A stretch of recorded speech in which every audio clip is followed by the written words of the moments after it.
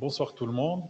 Je suis très ravi de présenter aujourd'hui un webinaire organisé par la clinique Amilcar et qui va s'intéresser à un segment de la pathologie rachidienne et notamment à une technique et un ensemble de techniques qui sont toujours d'actualité. Il s'agit de discuter des abords antérieurs du rachis lombaire, notamment en pathologie dégénérative. Je remercie donc toute l'équipe qui nous a permis de réaliser ce webinaire, qui va comporter donc une présentation que je vais développer tout à l'heure, et aussi ça va être aussi l'occasion de recevoir un certain nombre de questionnements,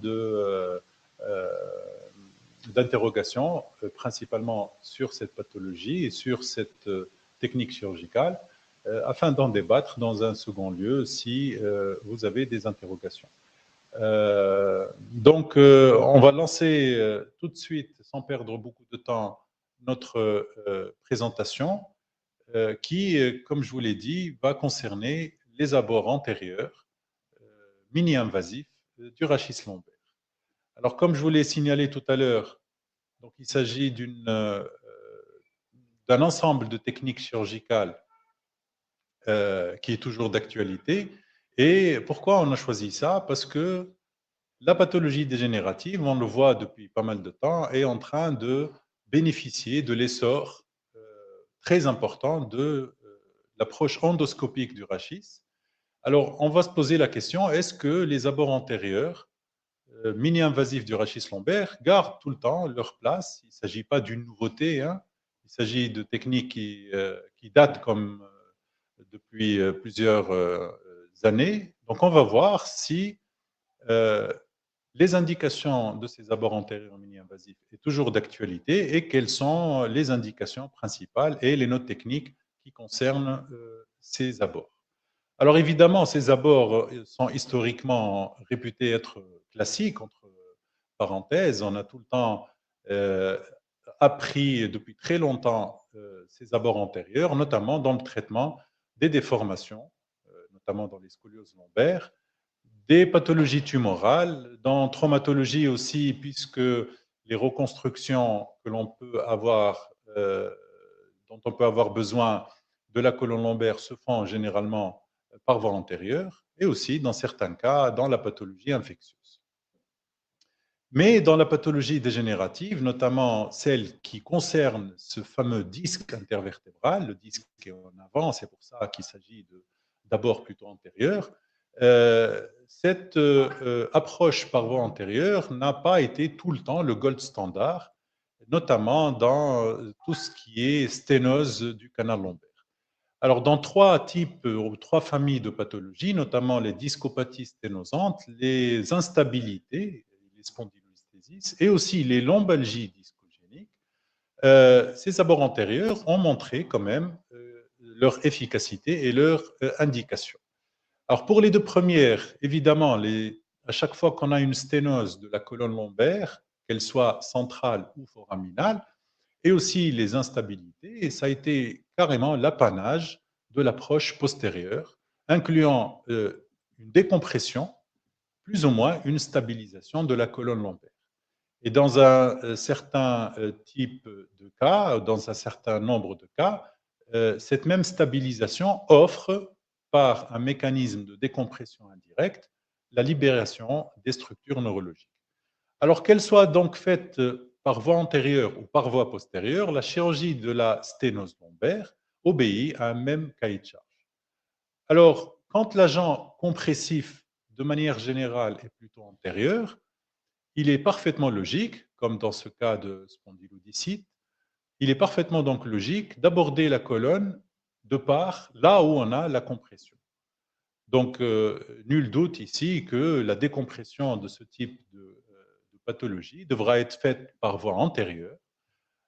Ici, on sait tous qu'en matière de hernie discale dorsale aussi, l'approche standard, c'est d'aborder ça en plein disque, donc par voie antérieure, et aussi en cervical, on le connaît tous.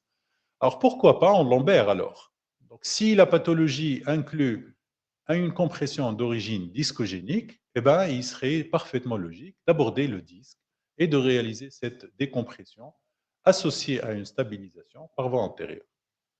Donc, quand on a un agent compressif antérieur, notamment une discopathie dégénérative, intéressant un nombre limité d'étages et peut-être aussi associé à une notion d'instabilité induisant une sténose dynamique, il est parfaitement légitime d'envisager la décompression et ou la fusion par voie antérieure.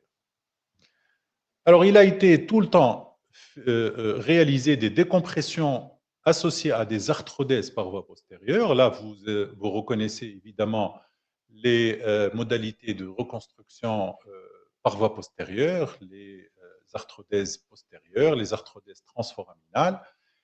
Tout ce qui est antérieur, eh ben, ça va inclure l'ensemble de ces approches.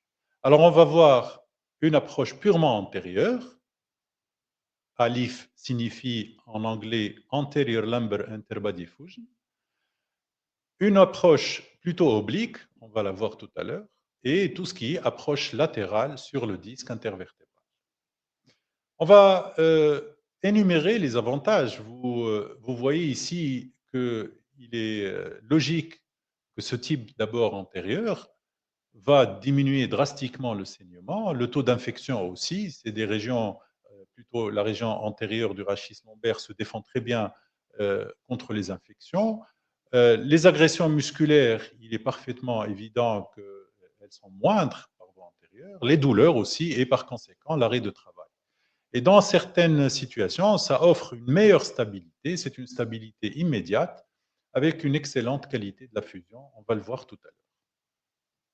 Par contre, un certain nombre d'exigences, notamment la connaissance parfaite des structures anatomiques et de ces considérations anatomiques, une courbe d'apprentissage quand même qui est assez, je ne vais pas dire longue, mais presque, oui, assez conséquente, et aussi un coût parfois des implants que l'on met par voie antérieure et nécessitant un plateau technique assez conséquent. Mais l'élément le plus important, c'est surtout pour poser la bonne indication, passer par une analyse radioclinique extrêmement rigoureuse. Parce que vous en doutez certainement, il y a certaines pathologies qui ne peuvent être traitées que par la voie postérieure classique, telle que ce type de sténose. Donc, ce ne sont pas des indications typiques d'une approche antérieure, quelle qu'en soit. Par contre, quand on a des discopathies qui sont isolées, telles que cette discopathie L3-L4, discrètement sténosante, il est parfaitement légitime de penser, tel qu'on le fait en cervical, à une dissectomie par voie antérieure et une décompression, qu'elle soit directe ou indirecte, de cette discopathie. Alors, on va aborder très rapidement les considérations anatomiques. Là, vous voyez les multiples voies d'abord de la colonne lombaire. On peut aborder cette colonne par voie antérieure, par voie oblique, par voie latérale, mis à part les voies postérieures. Mais on a un certain nombre d'éléments anatomiques qui vont nous obliger à les prendre en considération. Alors, on va commencer par cette approche latérale pure. XLIF et DLIF, ce sont les abréviations de l'extreme Extreme Lateral Interbody Fusion et la Direct Lumbar Interbody Fusion. Ce sont deux approches purement latérales, telles que vous le voyez sur la planche. On va aborder directement la partie latérale du disque intervertébral. Donc, il s'agit de transpercer la paroi musculaire, on va le voir tout à l'heure, et aussi un élément important qui est le muscle iliopsoas que l'on va carrément transpercer pour aller vers le disque intervertébral. Alors, pour ce faire, on peut donc approcher la colonne lombaire sur pratiquement tous les étages, mais éventuellement, on peut réserver cette approche pour les étages de L2 à L5 qui sont un peu plus safe. On va installer notre patient de cette manière, en décubitus latéral droit, on va aborder le côté gauche. Vous le voyez sur une table standard. On va réaliser un repérage radioscopique et aussi on va mettre notre patient sous neuromonitorage, c'est très important et on va y revenir. Alors, le repérage radioscopique va directement repérer le disque en question, ici par exemple le disque L4L5, et on va directement aborder. Alors, on peut aussi réaliser une petite cassure au niveau de la table opératoire pour déplisser le côté gauche du patient. Personnellement, je n'utilise pas forcément cette procédure, mais qui peut être, dans certains cas de déformation associée, d'une aide assez précieuse. Alors, comme je vous l'ai signalé, on va directement aborder la face latérale de la projection du disque sur la peau. Je vous rappelle que les trois muscles qui vont se succéder sur cette paroi latérale sont dans l'ordre l'oblique externe, l'oblique interne et le transverse. Et vous voyez que là, je vous rappelle que la structure même des fibres, des fibres musculaires permet une espèce de dissision ou alors d'une dissection de ces fibres musculaires dans leur sens afin d'aller vers l'espace rétro-péritonéal. Donc, il s'agit parfois de procédures qui peuvent être réalisées au doigt. On peut dissiser facilement les fibres de l'oblique externe, ensuite celles de l'oblique interne et celles du transverse. On va passer toujours au doigt dans l'espace rétro-péritonéal. On va sentir très facilement la voussure du muscle iliopsoas et aussi un petit coin qui le sépare du muscle carré des lombes. On va glisser le doigt jusqu'à la partie antérieure de notre muscle iliopsoas et de cette manière-là, on peut directement placer notre canule de travail à travers cette voie d'abord. Alors, cette canule de travail, il faut respecter dans son passage un certain nombre d'éléments neurologiques qui peuvent être superficiels aussi. Il ne faut pas méconnaître les deux nerfs, notamment ilio-inguinal et ilio-hypogastrique, qui peuvent être dans certains cas touchés, mais aussi certains nerfs profonds qui appartiennent au plexus lombaire et aussi qui peuvent tapisser la face superficielle de ce muscle iliopsoas, notamment ici le nerf génitofémoral. Alors vous voyez le nerf génitofémoral, il va tapisser la face latérale de ce muscle et qui peut être carrément transpercé, d'où l'intérêt du neuromonitorage. Cet neuromonitorage est obligatoire dans les voies d'abord transpsoas, donc les X-LIF. Il y a certaines études anatomiques qui ont été réalisées pour connaître un peu plus la projection des branches de ce plexus lombaire par rapport aux disques intervertébraux. Et là, vous voyez que plus on est dans le rachis lombaire haut, plus on a un corridor qui est assez important, sans risque de léser les branches du plexus lombaire. Mais à mesure qu'on descend un tout petit peu, notamment vers le disque L4, L5, ce risque est, je ne vais pas dire conséquent, mais il est réel. D'où le besoin de réaliser un neuromonitorage continu à chaque fois qu'on va utiliser ce repérage, ensuite le travail sur le disque. Autre considération aussi qui peuvent créer une entrave à l'X-LIF, c'est aussi les projections des crêtes iliaques, notamment ici en L4, L5. Imaginez qu'on veuille aborder le disque L4, L5 directement sur sa face latérale, eh ben, on va avoir les crêtes iliaques qui peuvent constituer un obstacle. D'où d'autres procédés. On va parler tout à l'heure de l'OLIF qui peut constituer une alternative intéressante à l'X-LIF. Alors, vous voyez ici un cas d'un patient âgé de 61 ans qui vient pour une claudication radiculaire bilatérale. Donc, c'est une pathologie purement dynamique, non déficitaire, en rapport avec ce collapsus quasi total du disque L4-L5 et qui est responsable d'une sténose foraminale bilatérale. Alors, évidemment, quand on voit cette imagerie, on se dit que si on récupère une bonne hauteur du disque L4-L5, on peut réaliser ce qu'on a appelé tout à l'heure la décompression indirecte et aboutir à une décompression des deux foramens de manière pérenne et souhaitable. Donc, dans ce cas-là, on réalise notre X-LIF et qui va être, dans ce cas, associé à une ostéosynthèse percutanée par voie postérieure. Là, ce que l'on voit sur cette radiographie, c'est surtout la hauteur qui nous a permis de reprendre une hauteur conséquente de notre foramen intervertébral. Ce type de patient va être soulagé de manière euh, très rapide, immédiate quasiment, et cette stabilité que l'on va avoir, c'est une stabilité immédiate qui va lui permettre de se mettre debout et de marcher euh, le jour même de l'intervention sans aucune gêne.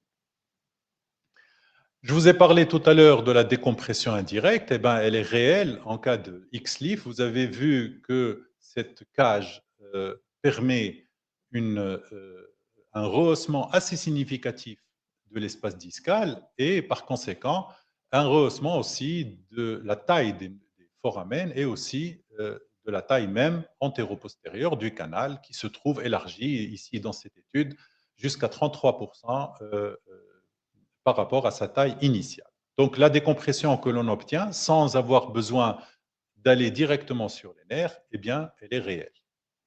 Aussi, dans certains cas, on a besoin de réduire un spondylolisthésis. Eh bien, la réduction aussi, elle est conséquente. Vous voyez ici que la hauteur discale peut être améliorée jusqu'à 4,5 mm et même le glissement, il peut être réduit et maintenu jusqu'à 12 mois post-opératoire de 7,6 mm. Donc, on obtient, en abordant le disque par cette voie, une réduction assez conséquente de ces spondylolisthésis. Il n'y a pas que ça, il y a aussi la fusion qui est carrément l'objectif principal aussi de cette intervention, à part la décompression. Eh ben, on va avoir des taux de fusion qui sont très importants, aux alentours de 97%, peu importe le recul que l'on va avoir à partir de 12 mois, voire même 34 mois.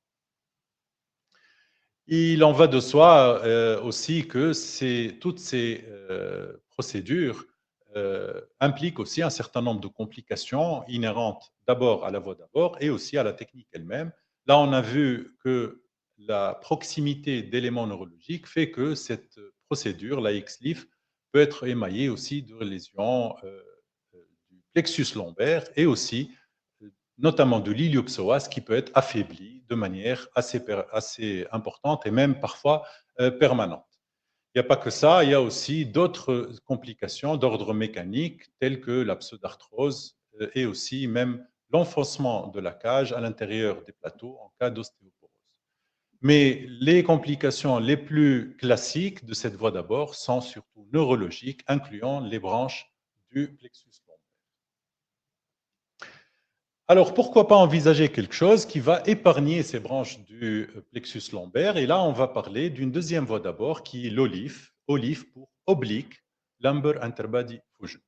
Là, vous le voyez sur cette planche, la voie d'abord n'est pas transmusculaire, transpsoas, elle est plutôt antépsoas. Là, donc, on a moins de risque de léser les branches du plexus lombaire qui sont enchâssées à l'intérieur de ce muscle psoas. Alors, c'est quoi l'OLIF?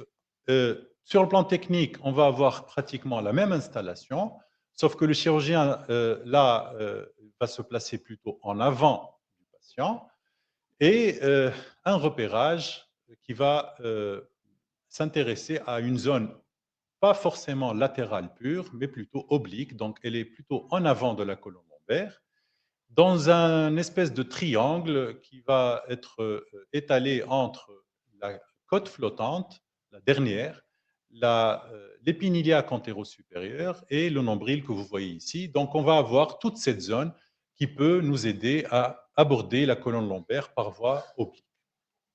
Alors, évidemment, on ne va pas aborder au niveau de toute cette zone, on va plutôt se limiter à la projection des disques au niveau de cette zone, au niveau des lignes que je vous ai montrées tout à l'heure, notamment les disques L4, L5, L3, L4 et L2, L3.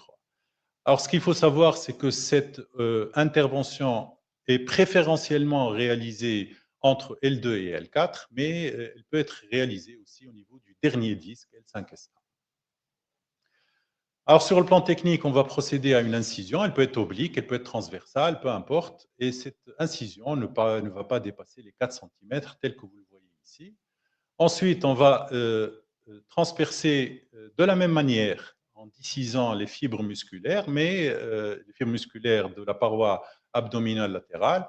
Mais ici, on va plutôt plonger sur la partie antérieure du psoas, toujours au doigt, il y a un corridor, une espèce de zone. Cette zone, elle va être pratiquement dénudée d'éléments musculaires qui va être située en avant du psoas et entre donc le psoas et les éléments vasculaires, notamment l'aorte lombaire. Et ce corridor-là, il va inclure que la chaîne sympathique, on va y revenir tout à l'heure pour les considérations techniques. Alors, une fois au doigt, on a palpé le bord antérieur et oblique du disque intervertébral concerné, on va y placer une broche repère. Cette même broche repère va être le guide de plusieurs bougies d'agrandissement. Ces bougies d'agrandissement donc, vont nous permettre ensuite de mettre en place un espèce d'écarteur. Évidemment, tout dépend des firmes qui nous proposent ce type d'ancillaire. On ne va pas tout le temps avoir les mêmes formes d'écarteurs, autostatiques, mini-invasifs. Et une fois on a mis en place ces écarteurs, eh ben, on peut procéder au repérage, encore une fois, de ce disque et aussi à l'annulotomie, ça veut dire à l'incision des fibres annulaires dans cette partie plutôt antérieure du disque intervertébral, à la jonction entre le tiers antérieur et les deux tiers postérieurs. Une fois réalisée cette annulotomie, évidemment, il ne nous reste qu'une seule chose, telle qu'on le ferait en cervical, c'est de réaliser la dissectomie.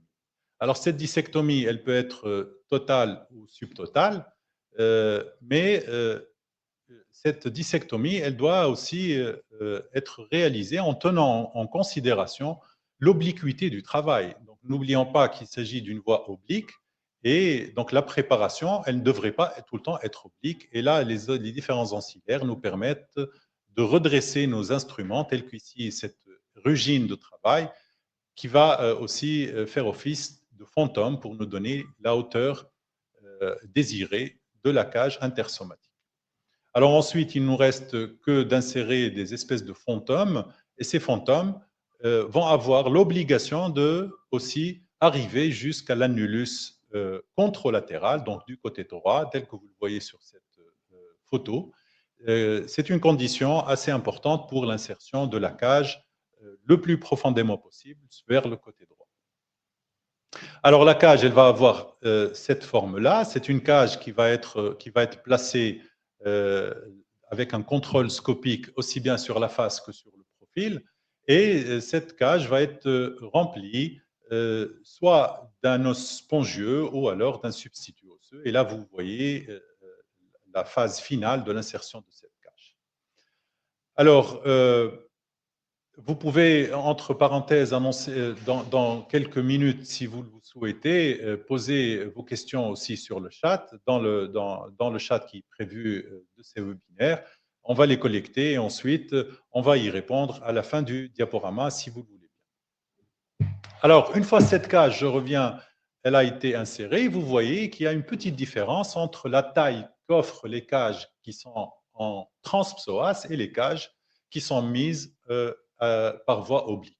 Alors évidemment, quand elles se mettent par voie oblique, elles offrent moins de contact, c'est vrai, et elles sont plutôt centrales au niveau du corps vertébral, avec un risque de subsidence, donc d'enfoncement de cette cage qui existe toujours quand on a une préparation assez conséquente, assez laborieuse des plateaux vertébraux, et notamment avec une qualité d'os ostéoporotique.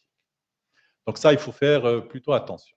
Il faut faire attention justement pour ce risque d'enfoncement, mais les complications aussi qui sont inhérentes à la voie d'abord, elles sont principalement neurologiques, comme je vous l'ai expliqué pour les XLIF, mais elles ne sont pas très importantes en termes de pourcentage et elles vont plutôt concerner la chaîne sympathique qui va s'interposer dans ce corridor, dans cet espace de travail. Ce n'est pas le cas par rapport aux branches du plexus brachial, tel qu'on l'a vu tout à l'heure. Alors, évidemment, plus on se rapproche des structures vasculaires, plus le risque vasculaire existe aussi. C'est un risque qui est négligeable, mais qui existe aussi, chose qu'on n'a pas forcément vue pour les XLIF. Alors, si on compare justement la X-Leaf à l'Olif en termes de complications, eh ben, vous voyez que pour des séries qui sont extrêmement importantes, alors en termes de symptômes sensitifs et en termes aussi de faiblesse de la hanche, eh ben, la X-Leaf a beaucoup plus, la voie transpsoas a beaucoup plus de complications de ce type-là que l'Olif qui préserve quand même l'iliopsoas et qui préserve aussi les structures neurologiques environnantes à l'iliopsoas. Par contre, la chaîne sympathique et aussi les complications vasculaires, eh ben, elles vont être légèrement un peu plus importantes pour l'Olif que pour l'X-Leaf. Alors, le reste des complications vont être pratiquement avec les mêmes taux.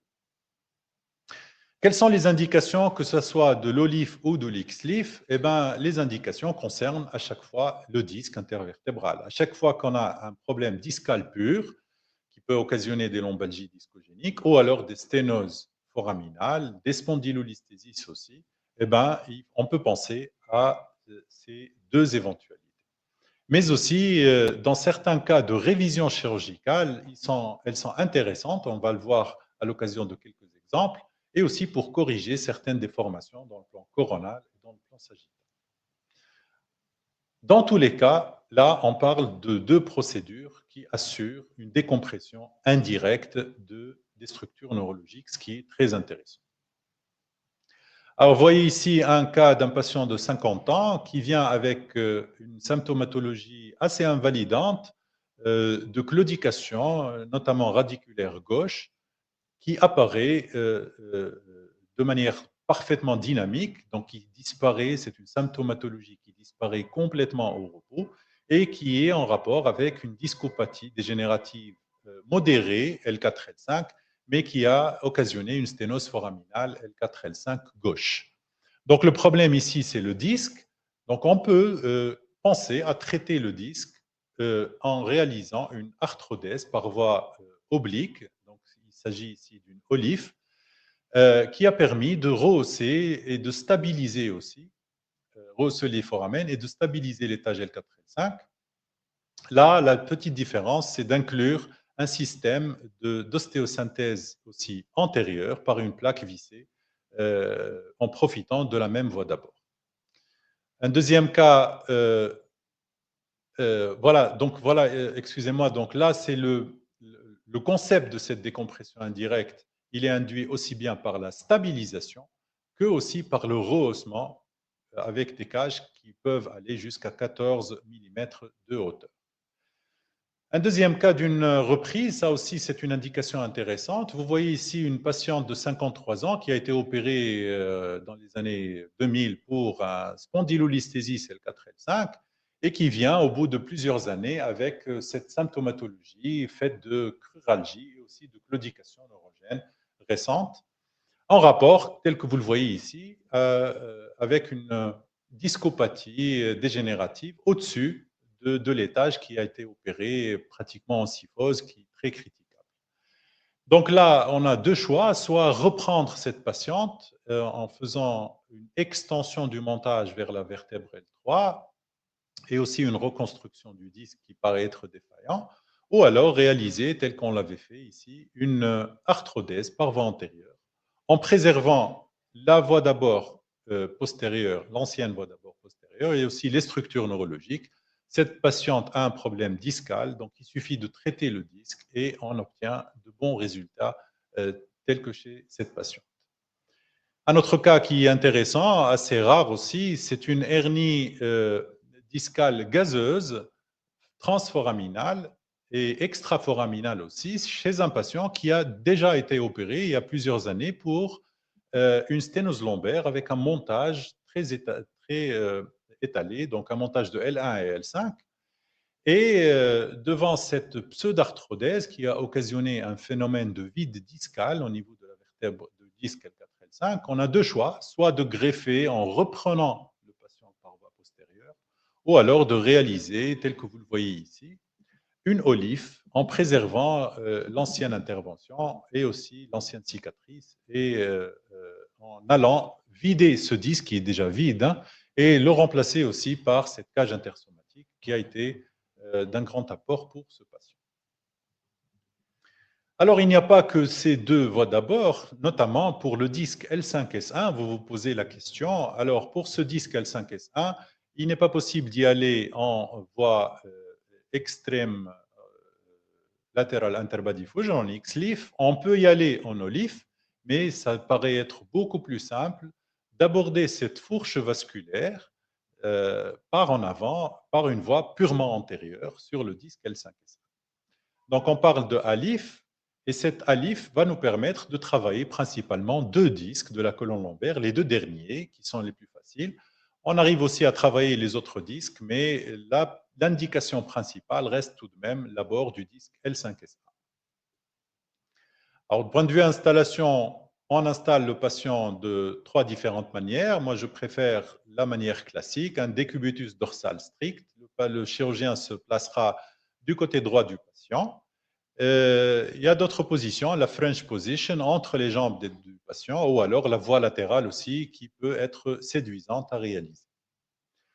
Alors, quels sont les repères? Alors, à gauche, vous voyez les repères classiques des deux disques, L4, L5 et du disque L5S1.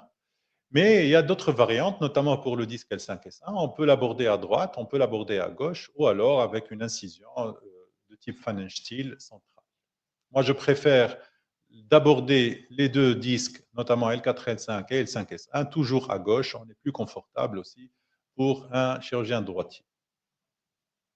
Alors, qu'est-ce qu'on va réaliser? Une simple incision cutanée, qu'elle soit transversale, oblique ou, dans ce cas-là, longitudinale. On va aborder donc la peau, la sous-peau, et on va rencontrer la gaine antérieure du muscle grand droit de l'abdomen ou le droit antérieur.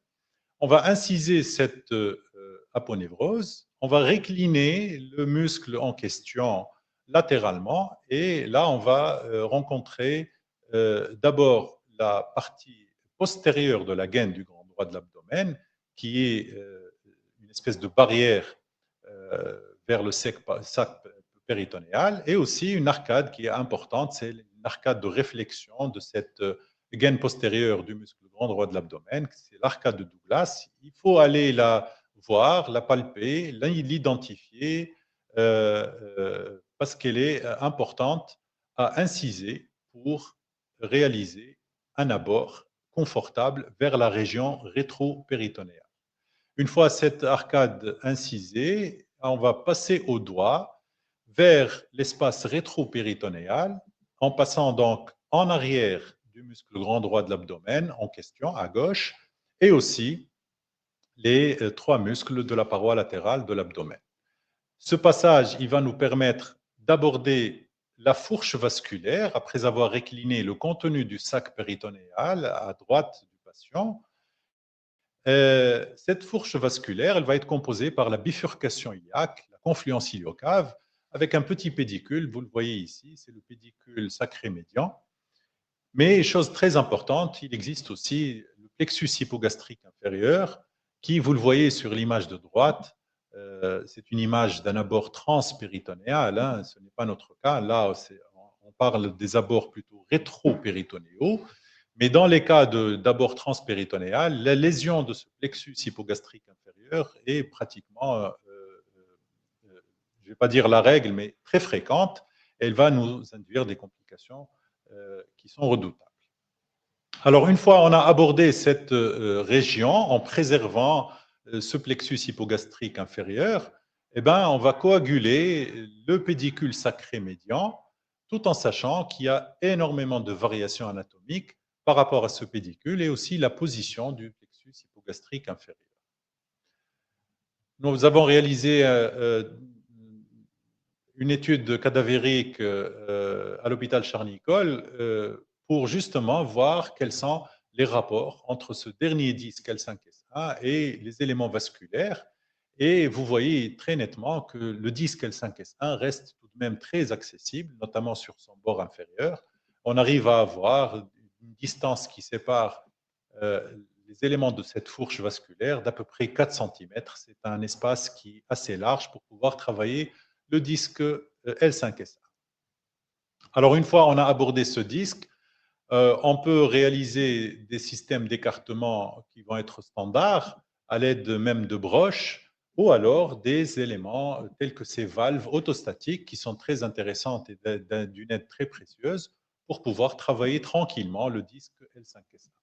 Ça va nous donner cette vue, et là vous voyez le disque qui est abordé avec un pédicule sacré médian qui est coagulé. Là, il nous reste qu'une seule chose, aller exciser ce disque intervertébral tel qu'on le ferait en cervical de manière très classique. Et une fois ce disque totalement excisé, eh ben, on va avoir le choix, hein, on va dire. Les implants sur le marché sont extrêmement fréquents, sont extrêmement nombreux, avec des designs qui sont très différents, mais biomécaniquement, ils sont très stables. Alors, on peut avoir des implants en pic, on peut avoir des implants en titane qui deviennent actuellement pratiquement le gold standard, avec un système de trabéculation qui est assez intéressant. Là, vous voyez ce cas d'une patiente, une enseignante de la quarantaine, qui vient avec des lombalgies qui sont rebelles à tous les traitements conservateurs en rapport avec cette discopathie dégénérative L5S1. Et cette discopathie, elle est même associée à une petite hernie, mais sans conséquence sur le plan neurologique. Il s'agit d'une symptomatologie lombaire pure. Donc, on choisit de lui réaliser cette arthrodèse par voie antérieure, cette ALIF, dissectomie et mise en place de cette cage avec un système de fixation par des vis autobloquantes. Un deuxième cas d'une patiente de 38 ans et qui vient avec une discopathie très évoluée L5S1 isolée, responsable de lombalgie rebelle. Et là, vous voyez au centre un angioscanner qui est intéressant pour justement élucider la présence d'éventuelles malformations artérielles, mais vous vous en doutez, ce n'est pas les artères qui posent un problème, ce sont plutôt les veines. Et c'est pour ça que la très grande variabilité des veines, notamment iliaques gauche, et de leur position par rapport au disque L5S1, elle nous oblige à être un peu plus prudents, ça c'est évident, et aussi réaliser des temps phlébographiques de ces angioscanners qui peuvent être d'une aide assez importante pour démasquer des variations anatomiques. Bon, il faut savoir aussi que le risque vasculaire n'est pas l'apanage de la voie d'abord antérieure, il est même réel pour la voie de chirurgie postérieure, même s'il reste tout de même exceptionnel. Alors pour le deuxième disque L4-L5, le problème vasculaire va se poser pas par rapport à la variation de la position de la fourche vasculaire, mais c'est les branches ascendantes qui proviennent de la veine iliaque commune gauche, et notamment la veine ilio-lombaire, la veine lombaire ascendante, qui vont fermer la route vers l'abord de ce disque L4-L5 sur la partie latérale. Donc le disque L4-L5 n'est pas abordé en centrale, il est abordé en latéral gauche, moyennant le contrôle de ces veines qui prennent leur naissance sur le versant latéral gauche de la veine iliaque. Alors pourquoi parler de cette voie antérieure justement? Eh bien parce que d'abord elle est très accessible. C'est une voie d'abord qui est très peu invasive, notamment sur le plan musculaire. Elle épargne toute la musculature, aussi bien de la paroi abdominale que aussi évidemment de la paroi lombaire dorsale, et elle a des indications qui vont être très multiples. On sait dès 2008 que à chaque fois qu'on a un problème de discopathie L5S1, la voie d'abord, la voie royale, c'est la voie antérieure. Mais cette voie royale, elle offre aussi des possibilités aussi de fusion qui sont comparables, euh, vu la surface de contact qui est très importante de la cage intersomatique avec les autres modalités qu'on vient de voir. Ça, c'est un avantage très important, mais les inconvénients, c'est surtout les lésions d'origine vasculaire. Là, vous voyez, depuis 2008, on peut avoir des taux qui sont assez importants, arrivant même à 18% de lésions vasculaires qui sont principalement veineuses. Mais qu'est-ce qui a fait que ces inconvénients ou ces complications, notamment vasculaires, associées aux problèmes d'éjaculation rétrograde, se sont nettement diminués? C'est en identifiant les facteurs de risque, les facteurs incriminés dans ces complications. Et on a su que la courbe d'apprentissage y est pour quelque chose, le choix de la voie d'abord aussi. Évidemment que la voie d'abord transpéritonéale, elle est grevée de beaucoup de problèmes, notamment sur le plexus plexus hypogastrique inférieur. C'est pour ça qu'elle est pratiquement abandonnée. Et le design aussi de l'implant, il faut aussi en convenir. Et à mesure qu'on avance, bien sûr, en expérience et en recul, là, les complications devant des revues qui sont assez récentes deviennent vraiment assez rares, donc de l'ordre de 3% pour les complications vasculaires et de l'ordre de 1,7% seulement d'éjaculation rétrograde par les abords que je viens de décrire. Par contre, en laparoscopie ou dans les abords transpéritonéaux, vous voyez que l'éjaculation rétrograde devient un sérieux problème. Donc, comme je vous l'ai expliqué tout à l'heure, la planification, notamment sur le plan vasculaire, est fondamentale pour diminuer le taux de complications vasculaires inhérentes à la LIF. Donc, finalement, vous voyez qu'en pathologie dégénérative discogénique, là où le disque réalise le principal problème, on a entre nos mains des armes qui sont tout le temps très fiables et qui donnent des résultats qui sont très intéressants, notamment pour tout ce qui est discopathie sténosante, les spondylolisthésis tels que je vous l'ai exposé tout à l'heure, et surtout, le parent pauvre, entre guillemets, de la chirurgie lombaire, c'est la chirurgie de la lombalgie pure, d'origine discogénique, qui, en sélectionnant correctement nos patients, arrive quand même à juguler pas mal de problèmes, même si la lombalgie reste un problème multifactoriel.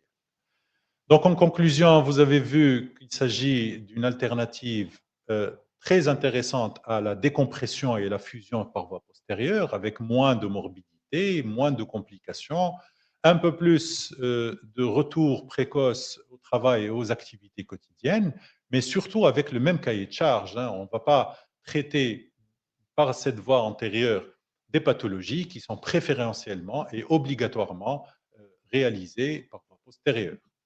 L'intérêt principal de la décompression indirecte fait le succès de cette chirurgie, moyennant une analyse radioclinique qui est assez importante et aussi évidemment une courbe d'apprentissage qui reste quand même obligatoire, même si cette technique devient vulgarisée, devient assez fréquente depuis pas mal de temps. Voilà, donc je vous remercie infiniment pour votre attention et je vous laisse un petit temps pour pouvoir poser vos questions dans le chat et je me ferai un plaisir de vous répondre à ces questions. Euh, Très bien. Alors, si Amin Hnin, que je reconnais, mon collègue algérien, c'est ça? Très bien. Alors, si Amin, je vous passe le bonjour de la Tunisie à nos collègues algériens, qui nous dit est-ce que l'abord antérieur ou oblique nécessite obligatoirement l'aide d'un chirurgien viscéral ou vasculaire? Excellente question, c'est Amine. Alors, obligatoirement, non. Je vous réponds par deux considérations. Alors, il faut savoir qu'aux États-Unis, c'est réglementé, dans les pays anglo-saxons notamment, c'est réglementé, notamment pour l'ALIF. La présence d'un access surgeon, donc la présence d'un chirurgien viscéral ou vasculaire, est obligatoire pour réaliser la voie d'abord avant de passer la main au chirurgien orthopédiste ou au neurochirurgien. Mais tenez-vous bien, il y a quelques études qui sont amusantes qui ont été réalisées pour savoir si cette approche combinée offrait une meilleure sécurité ou pas. Eh bien, détrompez-vous, pas dans tous les cas. On peut avoir des taux parfois de complications qui sont importantes dans la chirurgie combinée entre nos chirurgiens orthopédistes et ou chirurgiens viscéral et vasculaires.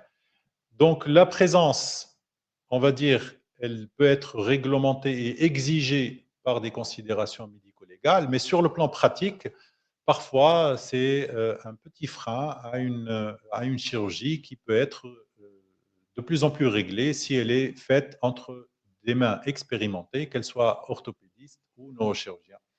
Donc, pour vous répondre, c'est vrai que c'est un confort d'avoir un chirurgien vasculaire à disposition, à côté, dans la pratique hospitalière, dans notre pratique hospitalière et même la pratique libérale, il est parfois, je ne vais pas dire exigé, mais assez préférable de contacter nos collègues viscéraux et vasculaires à chaque fois qu'on planifie, notamment une ALIF. Pour l'OLIF, honnêtement, il n'y a pas besoin.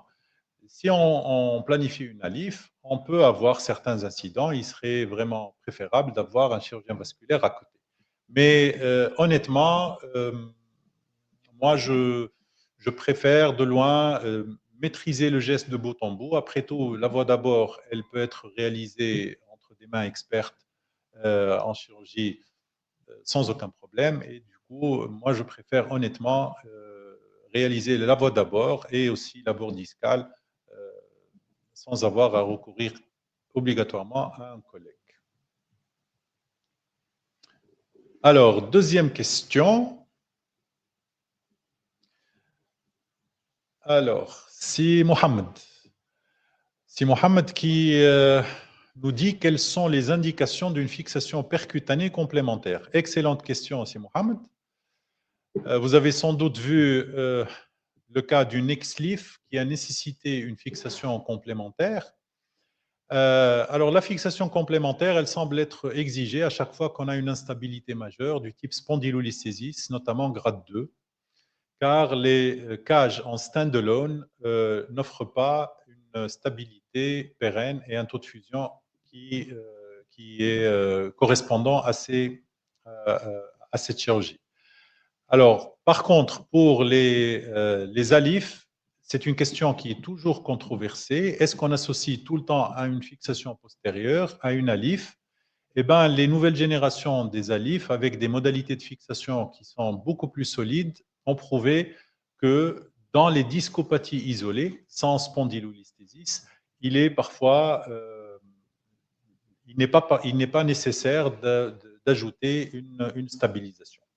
Donc, les cages standalone sans modalité de fixation antérieure, elles n'ont pas de place.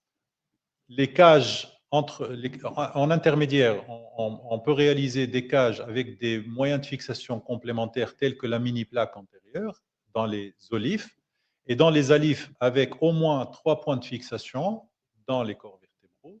Ceci pour les discopathies dégénératives. Et je pense que pour les spondylolisthésis, il faut exiger une ostéosynthèse percutanée associée. Et entre parenthèses, dans cette chirurgie, la chirurgie, on appelle ça en single position, en décubitus latéral, peut être intéressante parce qu'elle permet au chirurgien d'aborder la colonne lombaire par en avant, tel qu'on l'avait vu tout à l'heure, par une olive éventuellement, et dans le même temps opératoire, réaliser par la même installation une fixation percutanée par voie postérieure sans avoir besoin de retourner le patient et de le réinstaller en décubitus ventral. Alors, question suivante.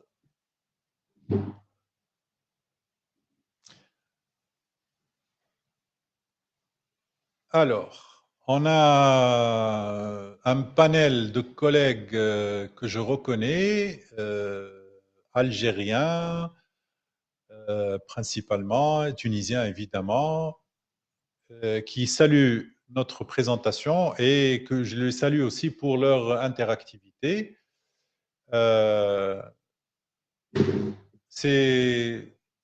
Vos questions ont été très pertinentes. J'espère que donc notre webinaire et cette présentation vous a permis de vous fixer un peu les idées par rapport à cette pathologie.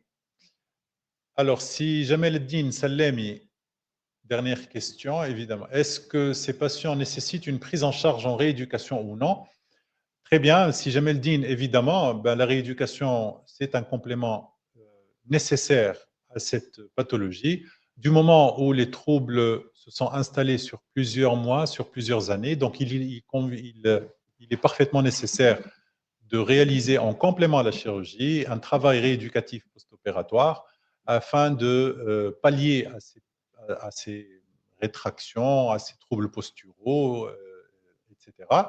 Par contre, modalités de cette rééducation sont beaucoup moins intensives, avec une récupération beaucoup plus rapide, vu que la musculature n'a pas été atteinte et la cicatrisation musculaire, la cicatrisation cutanée simplement, n'est pas une entrave à des modalités de rééducation un peu plus poussées.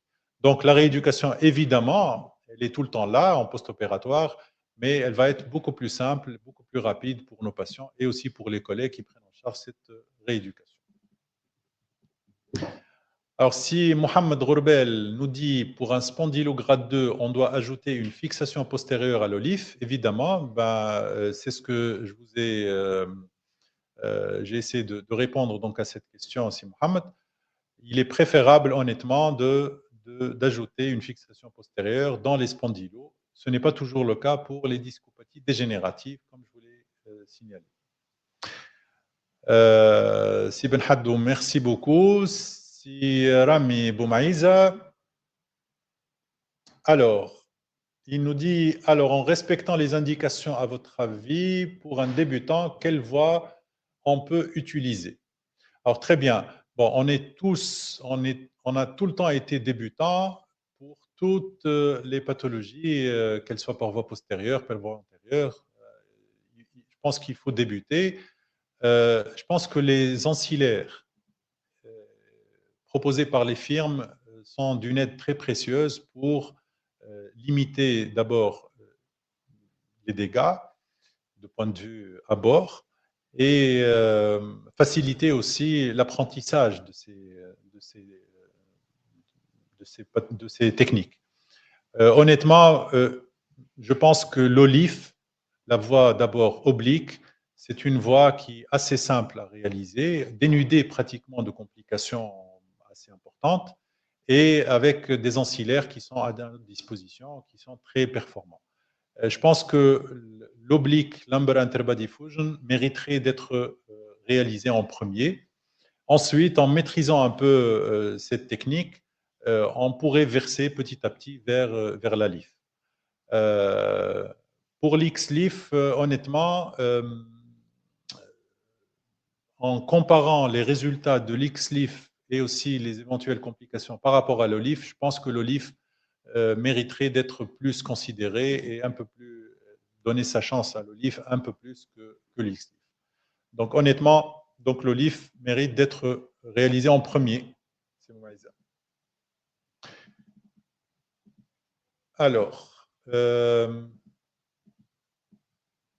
Simon Faalbi nous dit que c'est une protrusion discale. Alors, s'il y a une protrusion discale chronique, bon, ça c'est son problème plutôt personnel. On va en parler en aparté.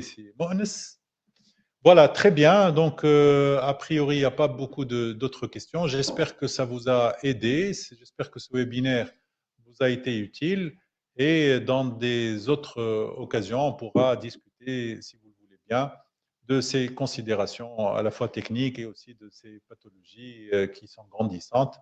Nous remercions donc nos partenaires, notamment la clinique Amilcar qui nous a permis la réalisation de ce webinaire et la plateforme aussi, les techniciens et toute l'équipe médicale, paramédicale de la clinique Amilcar. Et merci et au revoir.